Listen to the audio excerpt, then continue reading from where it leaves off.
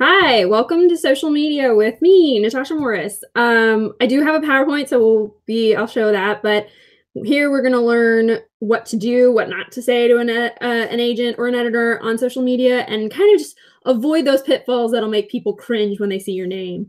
So let's start. If you have questions, just automatically start throwing them in. Trying to share my application window, and now it's all being weird. There we go. Alrighty, so social media interactions with agents and editors. I'm going to leave it a bit like this just so I can see your questions. Or how I like to call this, the good, the bad, and how to avoid embarrassing yourself. So remember that publishing is a business and social media is an extension of that. I know later on in the conference, somebody's going to talk about social media as a brand, and that's what you want to remember. This is your brand. There is a human on the other end of all your communications, whether it's queries, tweets, Facebook, Instagram. There's always another person there, and you want to make sure that you're not being weird or rude or any of that, because we remember that. And remember, social media is a window. I'll talk about this a little later on, but it's only a glimpse into a partial world. So it can be very curated, and it also does the same thing back to you. So the do's, the don'ts, or some examples from real life. And I've pulled these from my social media, from my friends' social media, from editors that I've talked to. So these are really real world applications from people. Don't publicly call out an agent on Twitter just to check in. It's really weird. This is going to be a relationship that will be a very close relationship. So by putting you automatically on, putting an agent on the spot like that in front of the world, it's really uncomfortable.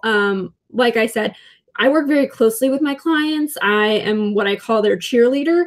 I don't really want to have it all thrown out on the world for the world to see. And it really just puts me on the spot. I know I'm slow. I know the world, you want those answers fast. I'm an impatient person. I want to give them to you fast, but sadly, I'm human. That, as you can see, that's the comment from one of the agents who gave in. Scrolly, scrolly, scrolly. Please don't make an account just to publicly call out an agent. There have been several instances where people have created troll accounts. That's just not cool. And that makes me really leery of wanting to work with you if you create an account just to troll an agent or publicly call them out. Like, this is, like I said, a personal relationship. Own it. If you're going to ask the question, own it. But it would be better to do that through the email chain. I use Query Manager. There's a message feature. You're more than welcome to nudge if it's been longer than my stated time to be like, hey, just wanted to check in, make sure that, you got my materials. And, that's perfectly fine. I do that when I'm, emailing editors.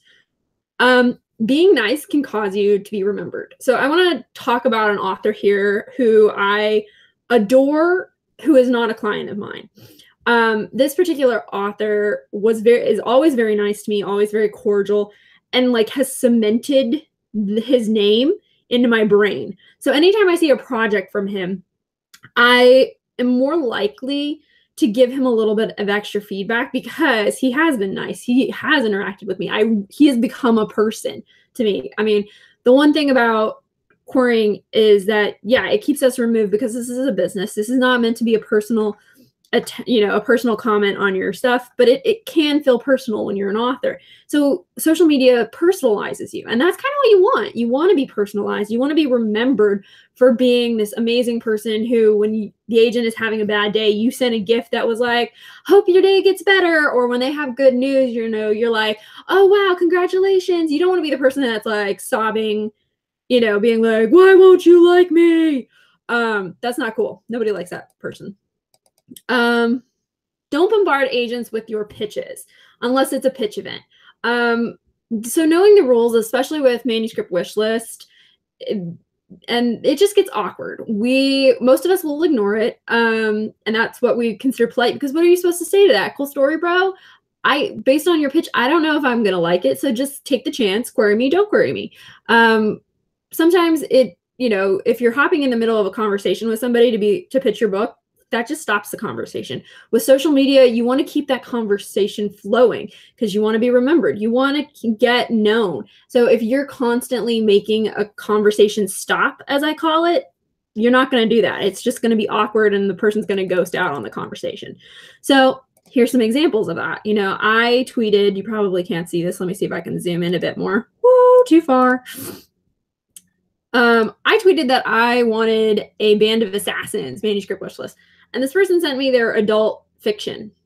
I don't rep adult fiction. So this was just like, okay, this is awkward. I don't know how to respond to this. It just stopped the conversation. The one on the right is from another agent friend of mine this was her person who tweeted her. And she was just like, she was tweeting about doing a one-line tweet for her own book. And he butted in and did this. And it was like, this is weird. It stopped the conversation. You don't want to do that. Here's another one. I said, I wanted a historical fiction about POWs. And somebody was like, well, this book over here just published. Well, that doesn't help me as an agent because I don't work in other people's published books. I work in unpublished work. So it's kind of like, okay, well, that's cool. Good for her. Not going to help me when I'm searching for things. And that's kind of the thing. And if you have questions, feel free to drop them in as we go. Sometimes these can seem a little nuanced. You might be like, well, what about this situation? You have me for an hour, so feel free to, question me up. I had mentioned wanting a book about poverty because, we don't often see that in YA. And this person jumped in with this, I think it's a pitch. I have no idea. So first of all, if you're going to pitch, at least be clear. If you've done Pit Mad, DB Pit, any of those, you got to be very clear in your pitch to make it understood. If it's things like this, it's like, okay, I don't know what you want me to do with that. So I just ignore them. So, from the trenches, don't DM editors or agents on Twitter or Facebook or LinkedIn. Editors, especially at the Big Five, don't even work with unagented authors. So it makes it awkward for them because they're never even going to talk to you without an agent. And, a lot of agents, we get a lot of Twitter. I don't block the people who pitch me on Twitter, but I do know that there are some. Twitter is the place to form your brand, to engage with the publishing world, to better research agents. It's not the place to go and pitch your book outside of those pitch events. Think of it more like you get a seat at the table where all the publishing people are having lunch and you get to sit there and listen in and learn things. And occasionally you can chime up with, that's a good one, Joe, or yeah, right on there. But you don't necessarily want to hijack the conversation because then it's dead silence. And you don't want that. Oh, okay. Apparently I have disappeared. So if I'm back now, am I back now? High thumbs, no thumbs. So like I said, you really want to be very careful with that. I'm going to respond real fast and make sure that I am visible and not terribly dead.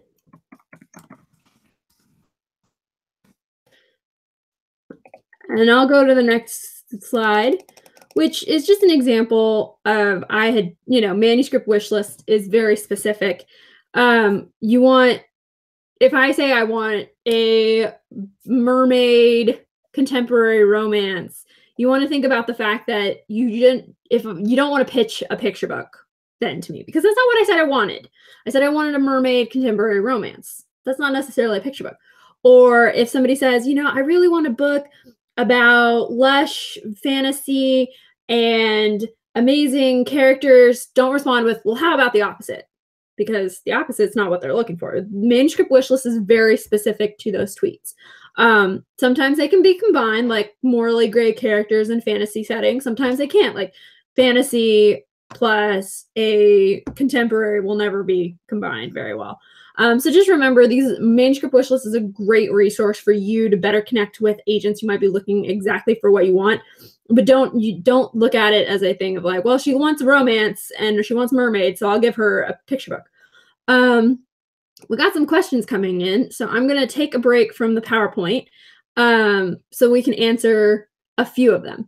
One of the questions are, what are your thoughts on YA authors' Twitters commenting on political matters? I think that is a personal thing.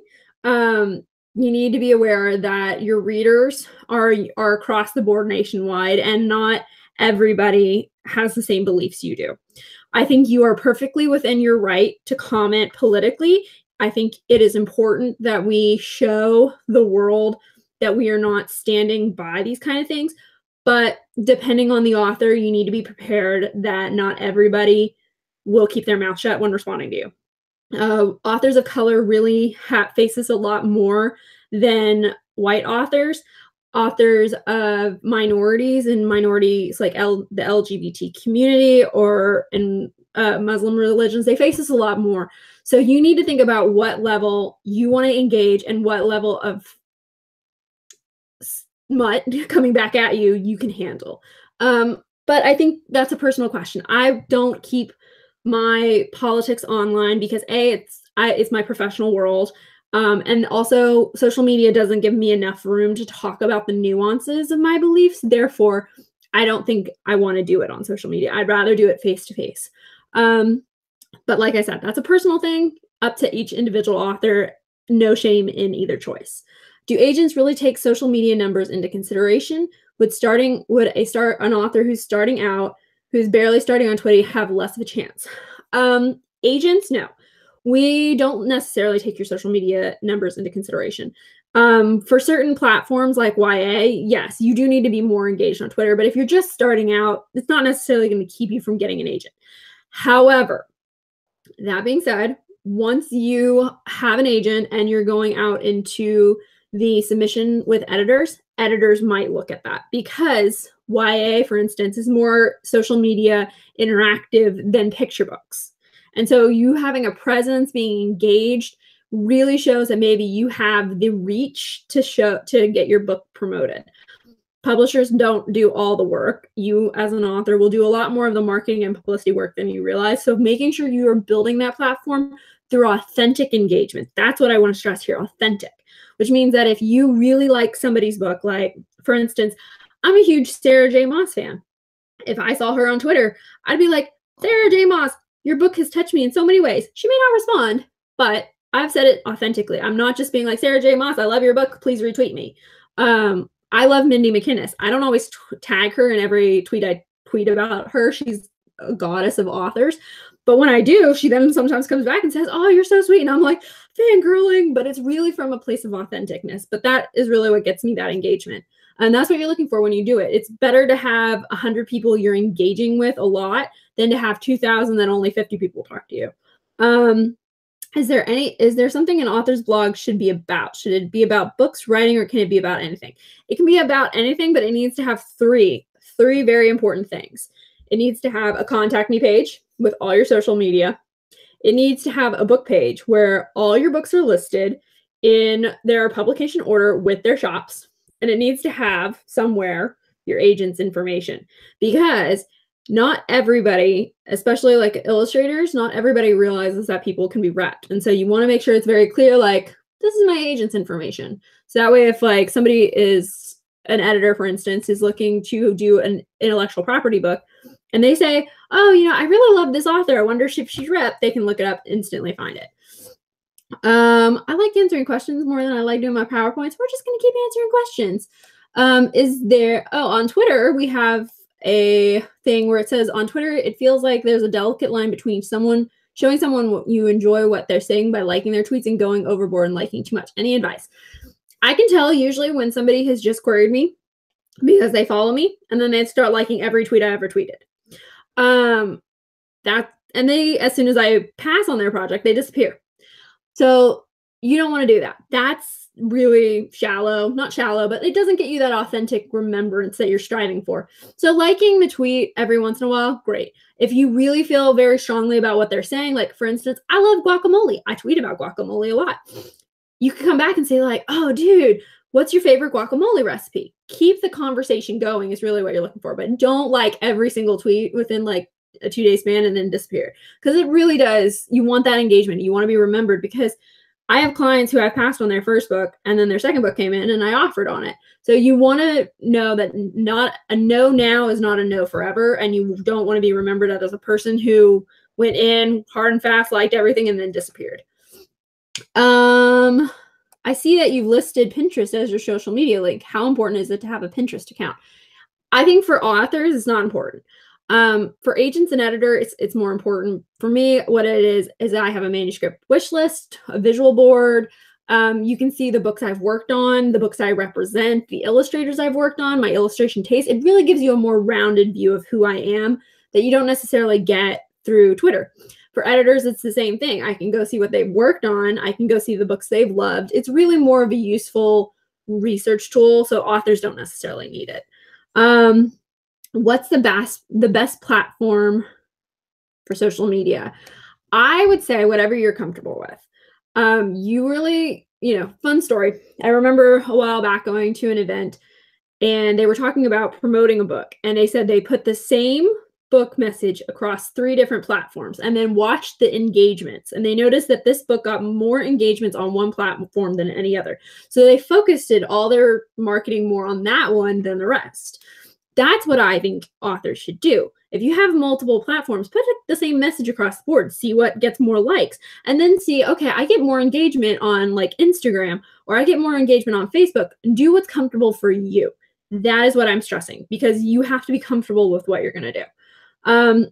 Should an unagented writer create an author page or accounts which refer to themselves as an author? Is that considered poor form? No. Feel free to do it, because you got to start building your brand.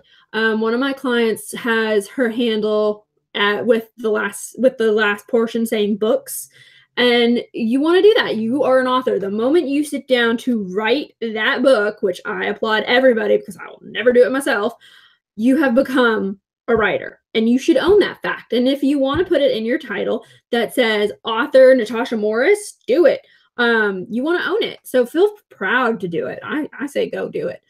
I'm saying it out a lot, but do it. If a picture book author of fiction has to pick a single social media platform in addition to engaging website, what platform would be best? Ooh, tricky. Picture books, it's not as strong a deal if you're not on social media.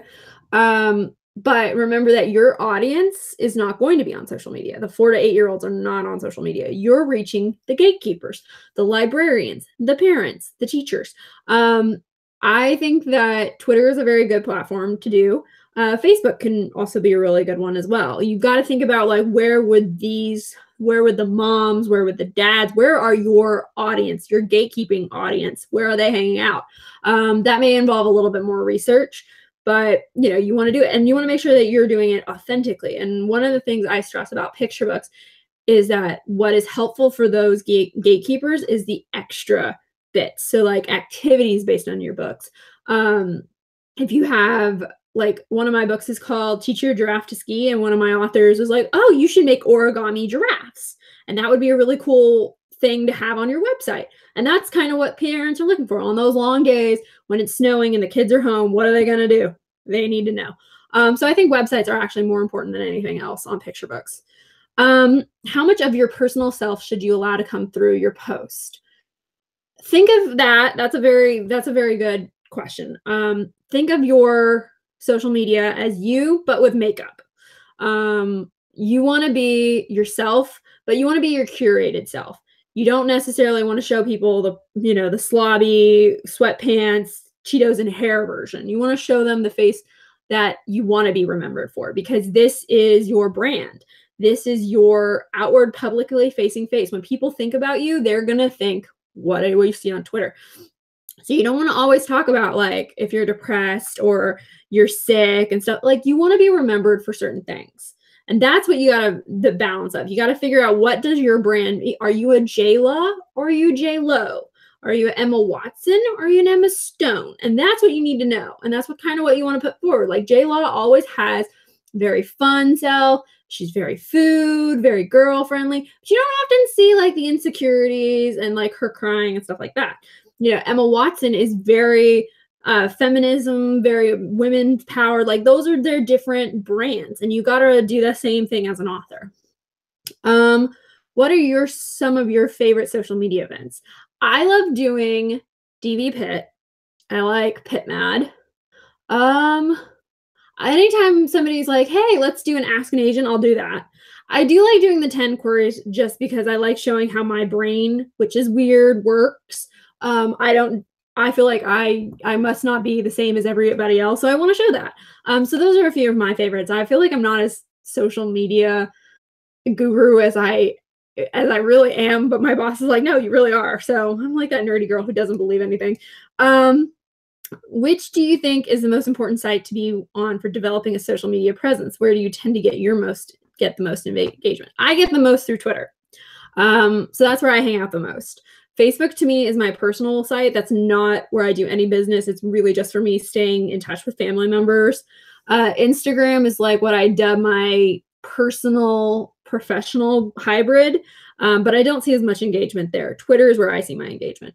Depending on the type of book you write or what you do, each platform will be different. I think for illustrators, Instagram is a much better platform because they can showcase their art. Twitter, not necessarily.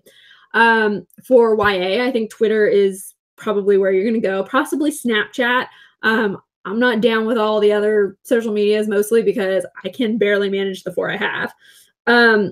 I think for middle grade and picture books, you got to look at where is those librarians, where are those school teachers, where are they engaging with you? It might be Facebook, it might be, Twitter, it might be more on your website. So I think really knowing who your conversation audience is really going to help you establish that. I lost my questions. There we go. What is the main mistake you see from authors when they're trying to grow their following on their Facebook page? It's a lot of me, like me, listen to my book. Here's my book. Here's my book. That you want to remember that you want to have that authentic engagement. The best advice I can give anybody is to read John Locke's How I Sold a Million eBooks. I read this in grad school in my marketing class, and he had the best advice, which is authentic engagement. You want to have people connect with you on that real personal level versus constantly being like, me, my book, follow me here, do this. You want to, engage with people. You want to remember authentically. You want to, if somebody tweets you and they're nice to you and professional and not awkward and weird, tweet back and say, hey, thanks for that. Or, that's great. So that's what I would advise.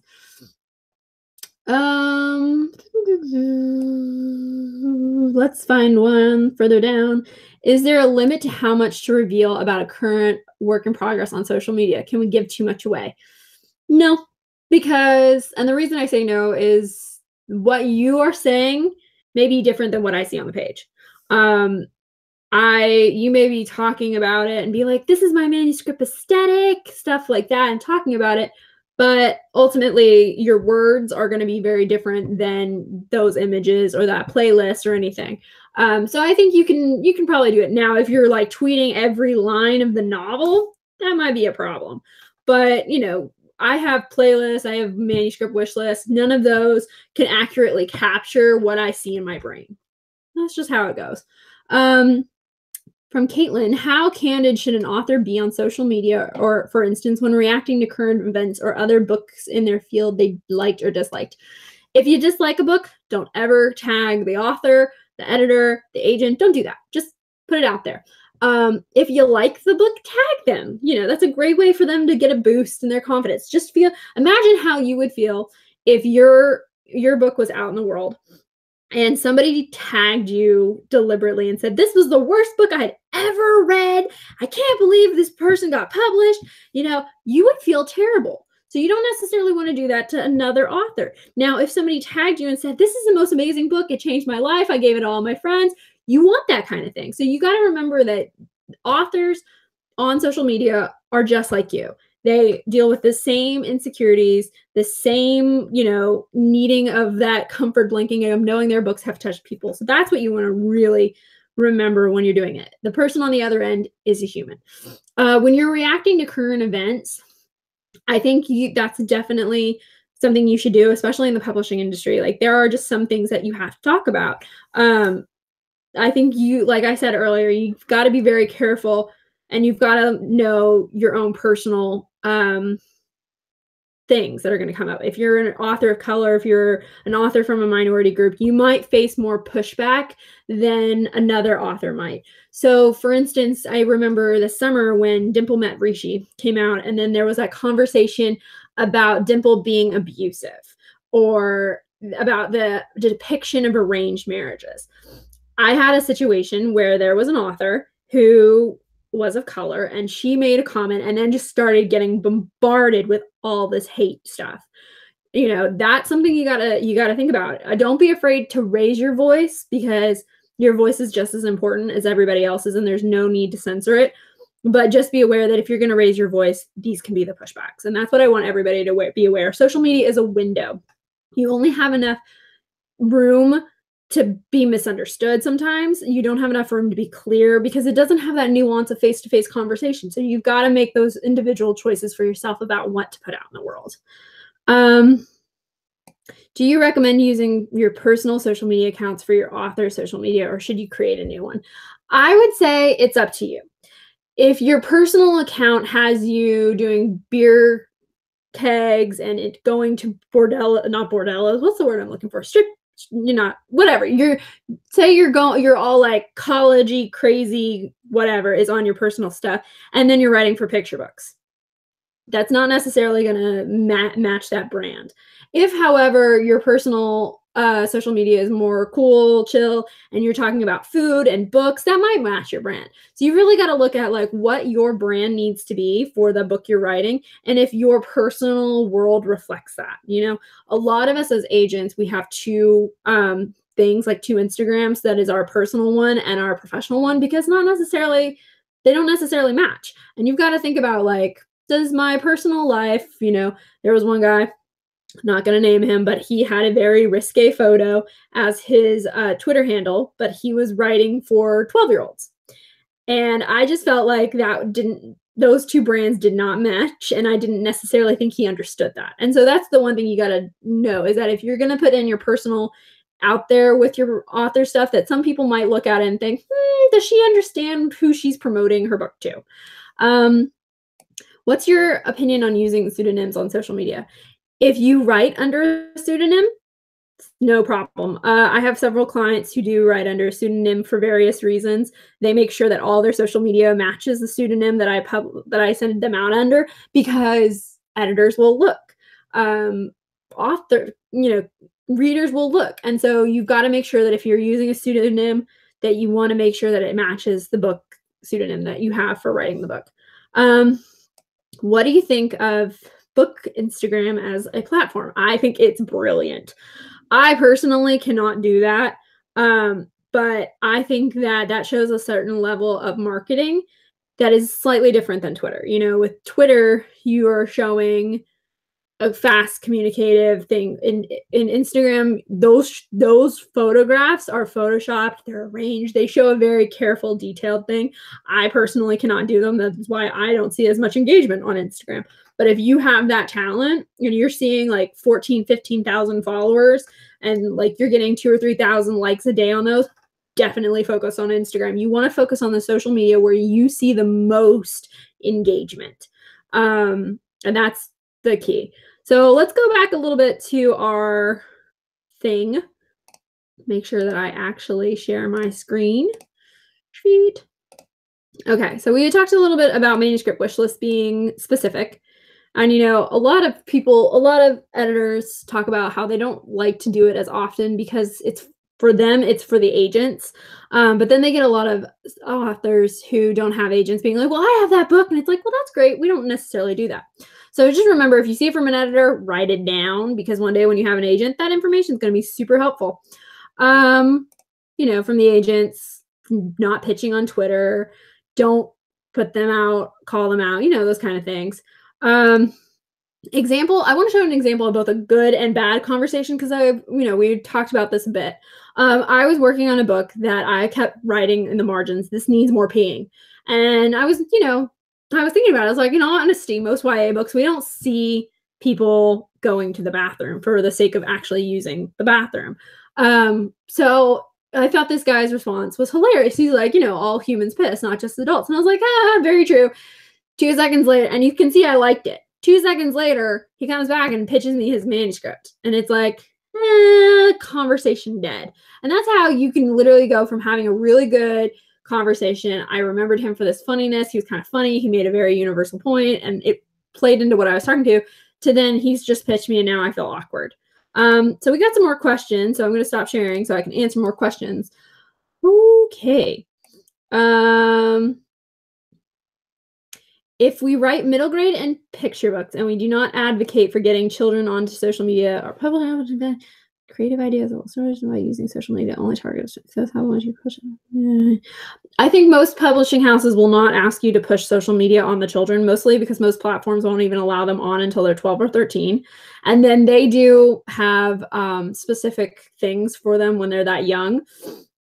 So, but you know, they will work with you to find ways. Most of their marketing is not to target the direct reader on social media. They are doing things like at Epic Reads, they have those book YouTube things. They're doing Instagram posts. They're sending it out to press releases. Like, they don't just put their eggs in one bucket, and they will never ask you to directly target children, because other than going for school and library visits, that just, you're an adult. You don't necessarily want to engage with a child in a weird way. So you really, it's just, you know, making sure that the librarians are aware you're there, the teachers are aware you're there, you've got content that they can use.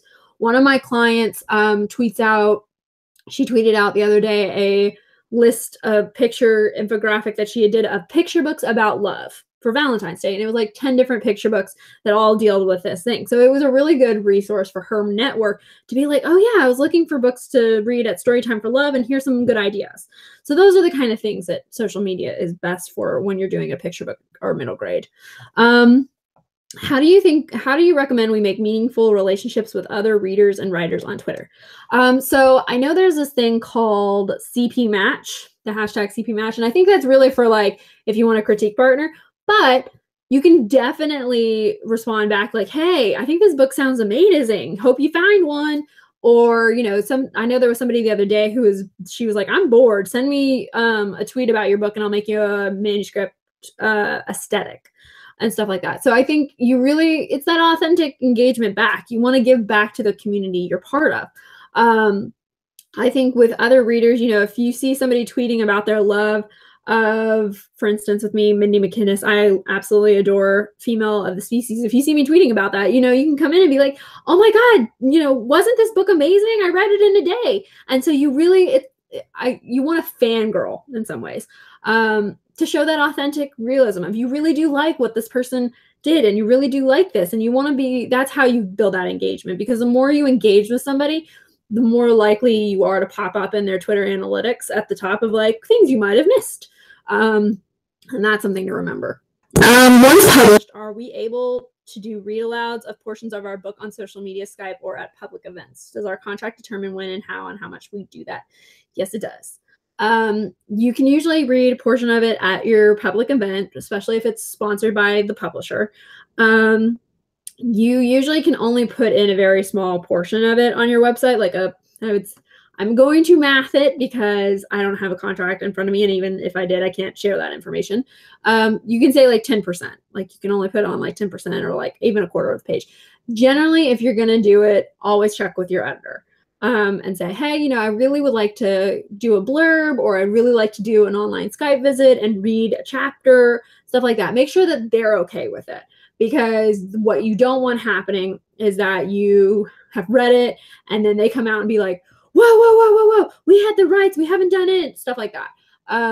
So always just, if you're unsure, check with your agent, check with your editor, make sure that they're cool with it and you have that either in writing, or you can say, oh yeah, I talked to her on Friday the 7th or Wednesday the 7th and Melissa said it was fine, you know, kind of thing. You can always reference it back. I'm always like, cover your ass. Not sure if I'm allowed to say ass, but whatever. I have a question. What is your opinion on hashtag POC, hashtag own voices? Should it be included in a PitMad, etc. tweet? I would say that you definitely want to have POC own voices in your PitMad because it lets me know that that's how it lets me know more about yourself, especially like if you are not using your picture in your your Twitter profile. The other thing is that like I'm not gonna go off into my whole hobby horse because I have a huge hobby horse on this. The other thing is that sometimes authors of colors have names that do not reflect necessarily their ethnicities. I have a client recently, her book got announced. Her name is Katrina Moore. Based off of that, you would not necessarily think she is a Chinese American. However, her profile picture does say that. So if she was tweeting, and we get inundated so much during PitMad, if she just was putting in own voices, it would let me know that she is speaking from her own personal experience on that manuscript. And I think that's definitely important to have in there.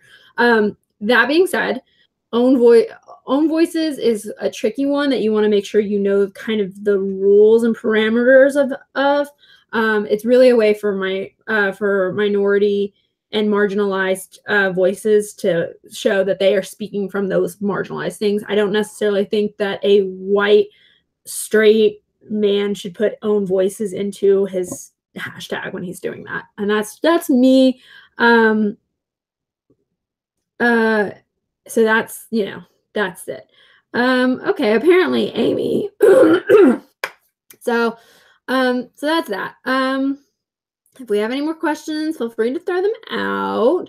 I will also go back to my PowerPoint here shortly. All right. I'm always hesitant about putting it in PowerPoint mode just because in the full screen, just because I want to see your questions because I think those are more interesting. Some other things to consider with social media when you think about them is that emojis look different on different devices. I recently had this happen with somebody. She sent me a iPhone emoji that was that like kind of face of like kind of nervous smile. But on my phone, which is an Android, it's the angry, glaring grr face. So remember when you're tweeting with somebody, not everybody has the same emoji boards, and so your message can change based on the emoji you include.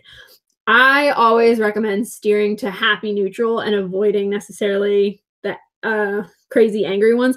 And if you want to be safe, instead of doing an emoji, do the actual like semicolon closed thing. Because like I said, it changes the message. You can easily go from a message that's like, are you telling me you went through all of these?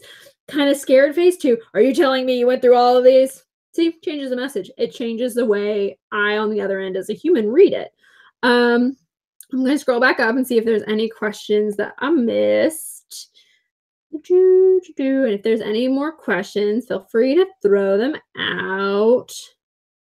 I see a lot of people spend multiple hours a day working on sharing posts with other writers. I spend that time writing or drawing. What is the minimum social media presence needed in today's marketplace? I would say there's not a minimum present needed. I will say that there are certain applications that'll help you tweet more often. I think it's called Twitter Deck. I'm not 100% sure, but you can schedule your tweets so that there's like a tweet every 2 or 3 hours. That's how people in the publishing world can do it, especially in marketing where they're tweeting every 2 minutes. It's literally because I scheduled them like weeks in advance or something like that. The other thing is that there is an analytics bar on the side of Twitter where it shows you what time you have the most views and the most engagement. I usually have a lot more engagement around lunchtime. So if you know that, then what you can do is say, okay, well, I know that I have a lot more engagement during lunchtime and dinner. So you can say, okay, I'm going to fire off a tweet around 12 and then go and do your work. And oh, look, it's dinner time. Let me take a picture of what I'm eating. So those kind of things can help you schedule it around. There is no minimum social media presence, but if you go for like weeks on end without tweeting, it can make you look like you're not present. And like I said before, depending on what your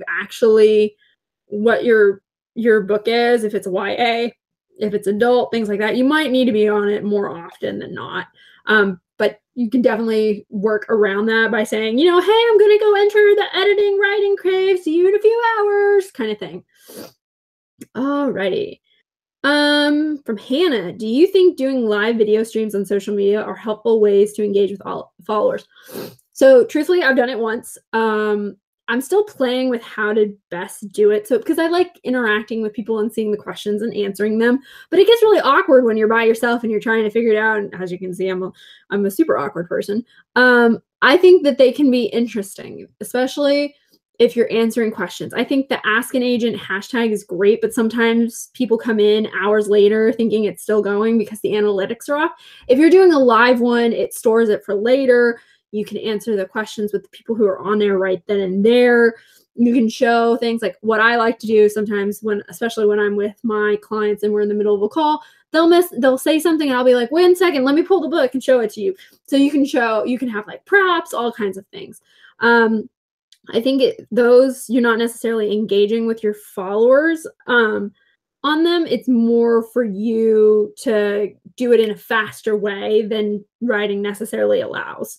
From another question, is there a cheat sheet for all of these hashtags that can be helpful to us newbies? I don't think anybody's ever written it down. Maybe I have. You can always Google. That's what I like to do. If I don't know what the hashtag is, I Google it.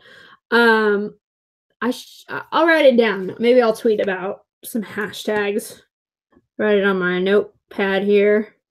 But like Manuscript Wishlist has a website, and I think will have their manuscript, their PetMat, their thing there. Pitch Wars, PitMat, all that has it. DB Pit has a website. Most of these have a website, and they do list what the different hashtags are. Like contemporary romance is hashtag CR, or hashtag HF is historical fiction. So if you go on the websites for the main ones, they may have it listed out.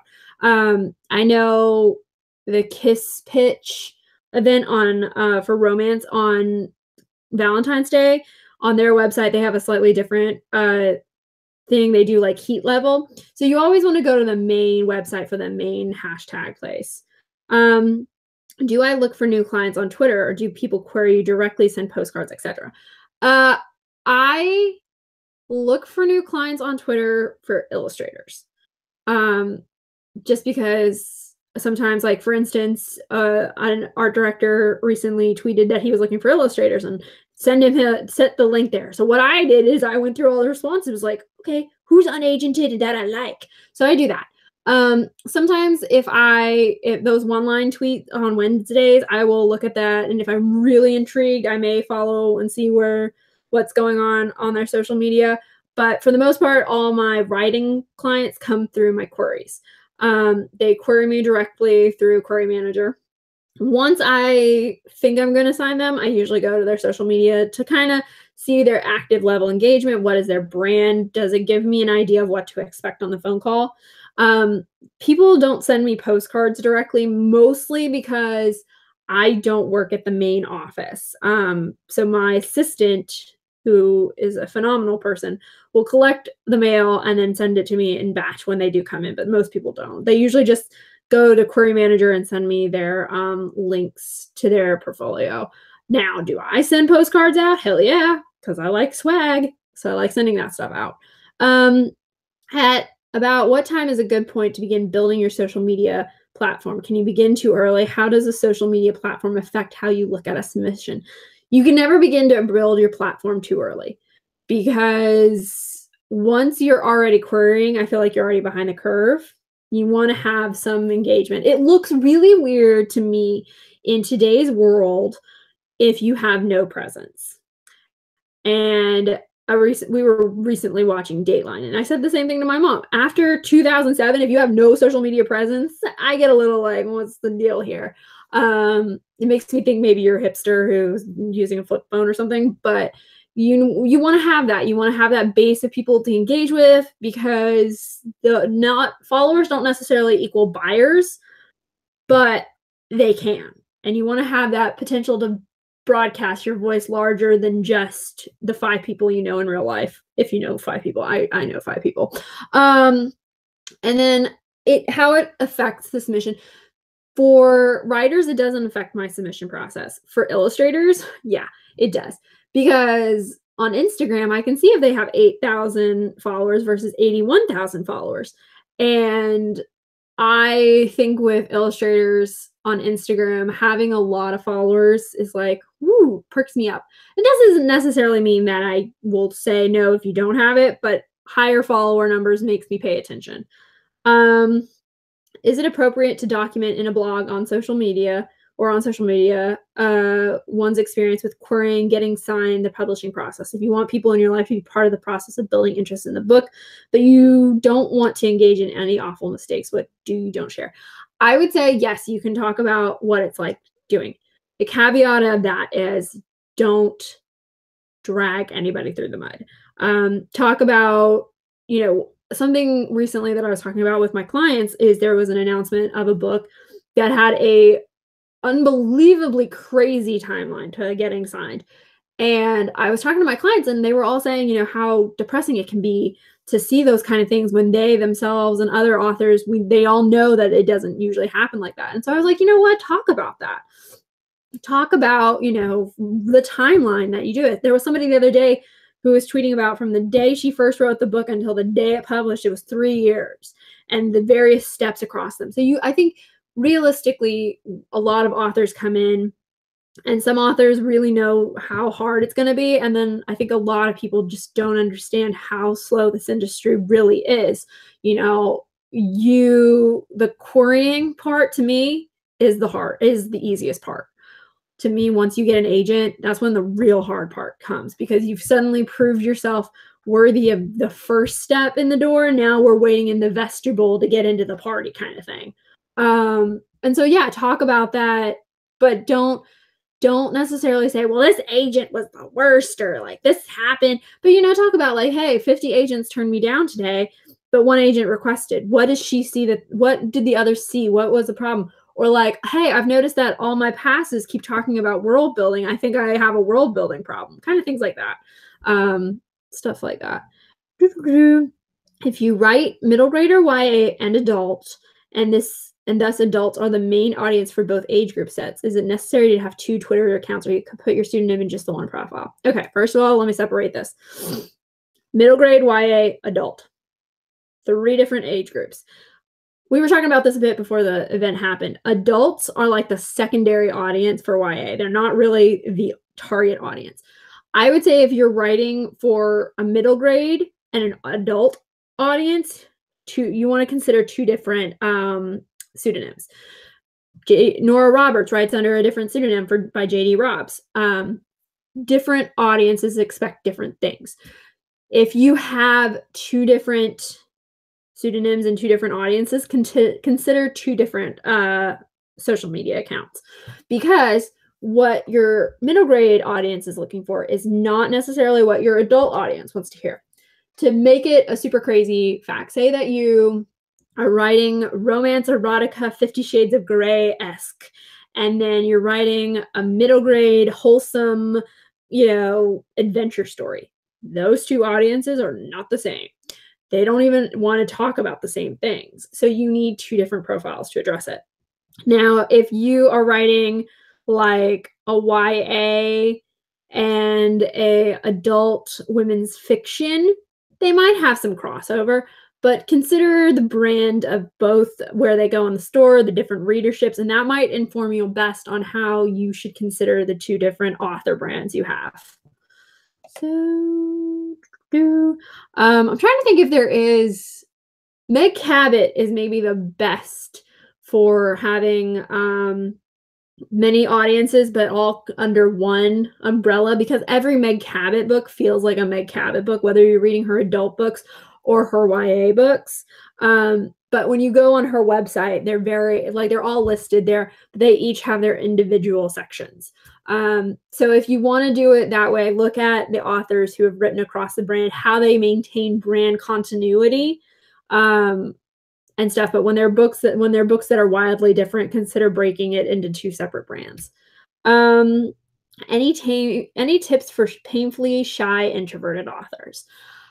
Oh, what advice do I have for this? So I have an author who is very shy. She warms up once she knows you for a bit and she engages. But I had a friend who had talked to her a few times and then she never responded back. And my friend was like, what's up with that? Just remember that you're not necessarily talking face to face, so that helps. You can be in your PJs alone by yourself and you don't need to talk to that other person. The other thing is that with social media, You can always use the excuse of, well, like, I wasn't online, so I didn't see it, to give yourself a little bit of time to craft back a response. But if you want to authentically engage with people, I think you do need to respond. You can't just let them shout into the void. You do need to shout back. So, if you get a response, for instance, where, you talked about really loving this book, somebody says, oh my God, wasn't that book the best? What was your favorite part? And you're like, whoa, dude, this is too much for me. Think about like, okay, how can I respond that's comfortable for me? So maybe you take like a few hours, you watch some movies, you read a book, and you come back and you say, I really love that part about X. And then if they respond, you can have it a slower timeline when you're painfully shy or introverted.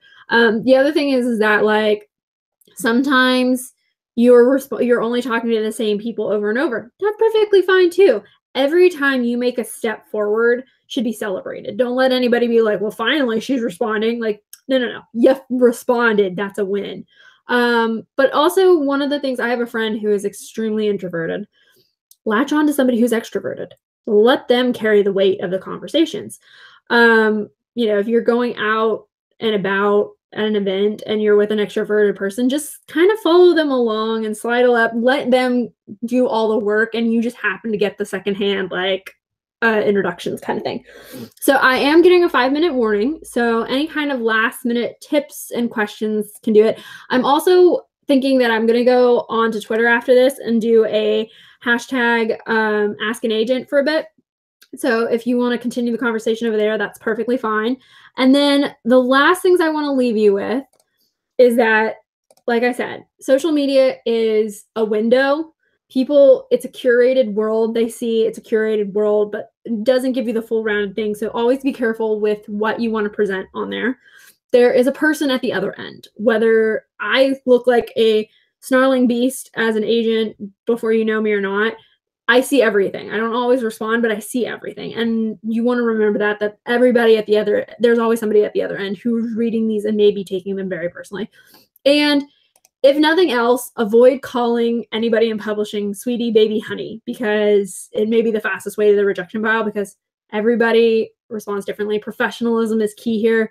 Politeness is key. And that's what you want to remember, is that this is a world where we're all really into books. We all love what we do and we want to continue doing it. But at the end of the day, this is a business and it's not meant to be personal, but social media is the personal spot of that. It's like networking. Your query is your interview, is your application. Your book is your interview, essentially. And your social media is your drinks to network. And that's kind of what you want to think about it. This is a job that you're applying for with people, even if that's not how it works. But that's how you should conduct yourself on social media. Alrighty. I will use the Right On Con hashtag as well. Thank you for that reminder. We'll do that for, I think, the next hour before I need to go get lunch. And then after that, anytime an agent is doing Ask an Agent, feel free to ask them questions. Sometimes you can ask questions even when they're not doing it, as long as you're not using them as a crutch of your own resource, but you're saying, hey, I keep hearing people talk about like new adult versus adult, can you talk about that? Like, we like to go on rants about things sometimes because we're very passionate people. All right. I'm not sure how much more time I have because I was going to 5-minute warning. I have 1 minute, so I will say goodbye. See you on social media, and may all of you rock this world and build your platform and get book deals, and may all the book god, publishing god smile on you. All right. Okay. I'm going to sit here and try not to be awkward.